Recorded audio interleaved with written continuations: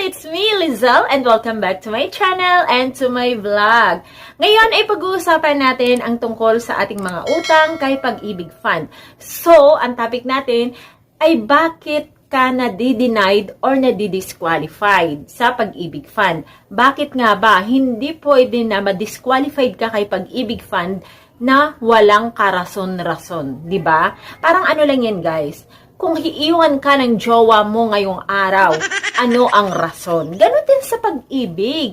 Kapag nangutang tayo, may rason yan kung bakit ka na-disqualified. Okay, so pag-uusapan natin kung ano-ano nga ba yung mga rason, mga dahilan kung bakit tayo na-disqualified. Kaya makinig kayong maigi. Ngayon, sa mga rason na ating ibibigay kung bakit kayo disqualified, syempre bibigyan na din agad natin yan ng solusyon. Agad-agad, wag na natin pang patagalin pa. Okay? So, number 1. Possible na ang loan mo previously, kung meron ka mga previous na utang, syempre nga, renewal eh. Kapag sinabi natin na renew, ibig sabihin, nakapagbayad ka na ng 6 months or higit pa doon, kaya magre-renew ka na ng utang mo, okay? So, halimbawa, previously ay nagkaroon ka ng lapses sa utang mo. So, yun yung tinatawag na loan in default. Ang loan in default kasi sa Pag-ibig Fund, ay bawal na bawal yan. Dahil kapag ikaw ay kasama sa loan in default, ay hindi ka talaga pwede na ma-qualified para sa renewal ng pangalawa mong utang, pangatlo mong utang, and so on. Okay? So, yung mga loan in default na yan, nagiging ganyan siya dahil nagkaroon ka ng mga lapses or mga patlang or skip sa mga loan remittance mo. Which is, hindi yun allowed kay Pag-ibig Fund kasi nasa guidelines nila yun. Kapag si member borrower ay mangungutang ulit, dapat ang remittance mo sa yung utang previously ay dapat updated siya. Okay? So, it means kapag sinabi natin na updated, kung kailan nagsimula ang first amortization mo, dapat during that time ay nakaltasan ka na up to present. So, it means, bawal talaga yung may laktaw, okay? So, kahit naka 1 year and 5 months ka dyan sa pagbabayad mo ng utang mo, pero may nakalimutan ka na kalahating buwan or isang buwan, ay naka-loan in default ka na agad, matik yan. Matik yan! So, tandaan ninyo yan. So, ang solusyon naman sa loan in default, kapag nasa loan in default ka, simple lang ang gagawin mo. Pumunta ka sa kahit na saan na branch ng Pag-ibig Fund na malapit sa inyo and then sabihin mo, gusto kong mag-loan ng panibago. Kaya lang, naka-loan in default ako dahil may nakalimutan akong bayaran sa nakaraang mga buwan. So, ang gagawin ni Pag-ibig ay bibigyan ka po nila ng printout ng computation kung magkano ang isi-settle mo na babayaran mo para ikaw ay ma-qualified na for loan renewal. At take note guys, kapag nagpa-compute tayo kay Pag-ibig Fund at gusto mo siyang bayaran agad dahil gusto mo nang mag-loan, dahil kailangan mo ng pera, hindi installment ang pagbayad niyan. One-time payment siya. For example, ay 5,500. So, magbabayad ka mismo kay Pag-ibig Fund ng buong 5,500.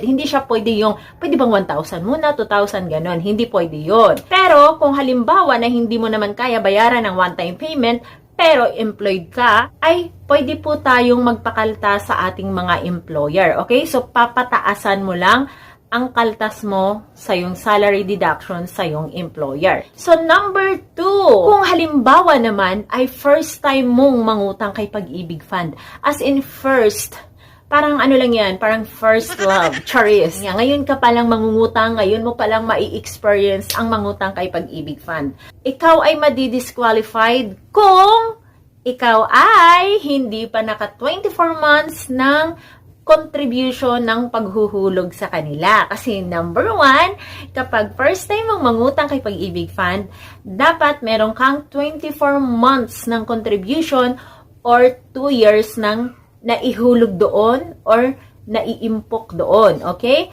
And then, at the same time, dapat meron kang at least 1 month na hulog currently sa loob ng 6 na buwan. Kasi hindi naman pwede yung naka 24 months ka ng contribution mo na, and then halimbawa ngayong Feb or January ay wala kang hulog. Ang last na hulog mo ay nasa August 2023. Hindi pwede yun kasi kailangan meron din tayong at least 1 month na hulog currently. Okay? And then, let's proceed sa number 3. Ito yung meron kang mga contribution, meron ka ng 24 months contribution, currently, meron kang hulog kay Pag-ibig Fund ng contribution, and then nakapag-loan ka na din before. Ngayon na maglo-loan ka, ay disqualified ka or disapprove ang loan mo. Tapos, ang naging reason naman is sa name discrepancy, okay? Usually kasi talaga, nangyayari din talaga to. At saka syempre, nai-encounter ko to sa mga guards at saka sa mga janitors. So, kapag ganito naman, sa name discrepancy naman, ang record mo kay Pag-ibig Fund versus doon sa record ng employer mo na nire-remit kay Pag-ibig Fund ay magkaiba. Yun ang tinatawag na name discrepancy. Halimbawa lang, ako, Lizel Istoy Daligdig. Sa company ko, ganun ako, Lizel Istoy Daligdig, ang records. So, yun ang nire-remit nila. Meron akong middle name. Ngayon, pagdating kay Pag-ibig Fund, ang record ko lang ay Lizel Daligdig. Yung ganitong sitwasyon, talagang nadidisqualified tayo. Kasi ang mangyayari kasi niyan, itong isang record mo is walang middle name. And then, the other one is meron kang middle name. Kahit same sila ng mid number or yung Pag-ibig mid number, pero hindi naman sila magkabangga pagdating sa pangalan. Kasi yung isa, walang middle name, yung isa meron. So, ang mangyayari nito, magiging dalawa yung record natin kay Pag-ibig Fund. So, yung contribution natin nito, yung record, is nahahati siya. So, ang solusyon naman dyan ay napaka-easy lang naman. Kaya, don't panic because it's organic. Kaya naman guys, kapag naka-encounter kayo ng ganyang situation, ay huwag kayong mag-worry agad. Okay? At syempre, huwag naman agad kayo magbi-blame sa mga employer ninyo because nobody is perfect. Tama? So, ngayon, ang gagawin niyo lang ay pumunta lang kayo kay employer ninyo at sabihin ninyo na maglo-loan ka sa Pag-ibig Fund pero nagkaroon ka ng problema. Okay? So, ang gagawin lang naman yan ni employer mo ay mag-i-issue lang naman sila sa iyo ng Certificate of Oneness.